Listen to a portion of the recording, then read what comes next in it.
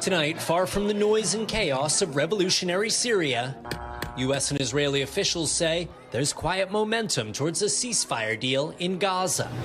President Biden's national security advisor meeting today with Israel's prime minister, saying the recent agreement to end a year of fighting between Israel and Hezbollah has breathed new life into negotiations on Gaza. Hamas's posture at the negotiating table did adapt following the announcement of the ceasefire between Israel and Lebanon.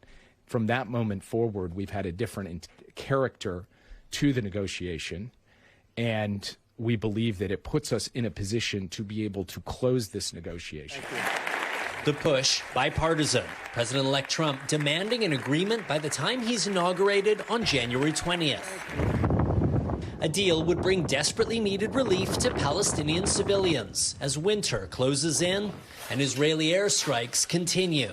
The Gaza Health Ministry says at least 30 people were killed in the last day, while 101 hostages remain in Gaza, including 3 Americans still thought to be alive: Idan Alexander, Keith Siegel, and 36-year-old Sagi Dekelhen.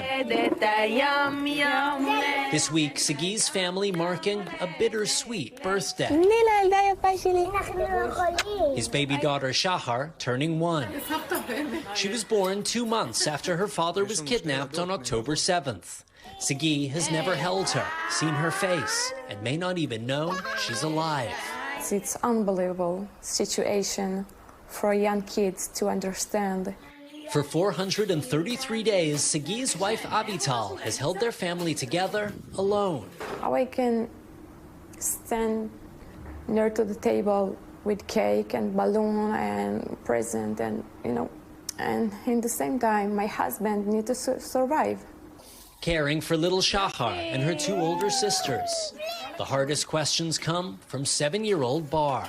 She asked me why Daddy is not here. She asked me, "Are you think he's blindfolded or he hitting him?" She has a very vivid, detailed very sense.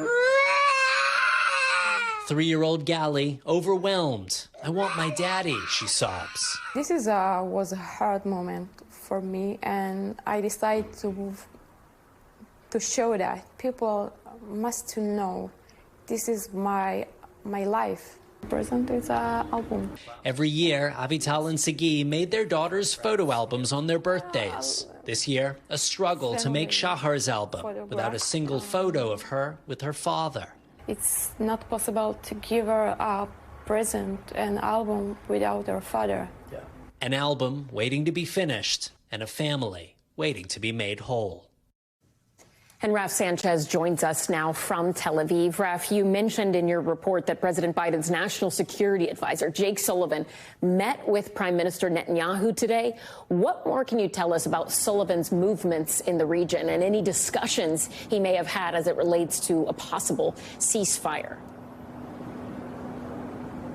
So, Ellison, Sullivan is going to go on to both Egypt and Qatar is especially significant because you might remember they have been the mediators since October 7th, but they actually backed away from the process a few weeks ago, saying neither Hamas nor Israel seem serious about a deal.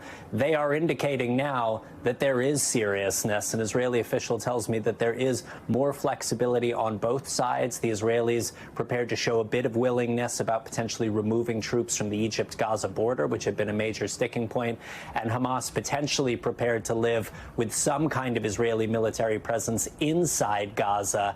I can tell you something else Sullivan told us, which was actually fairly encouraging.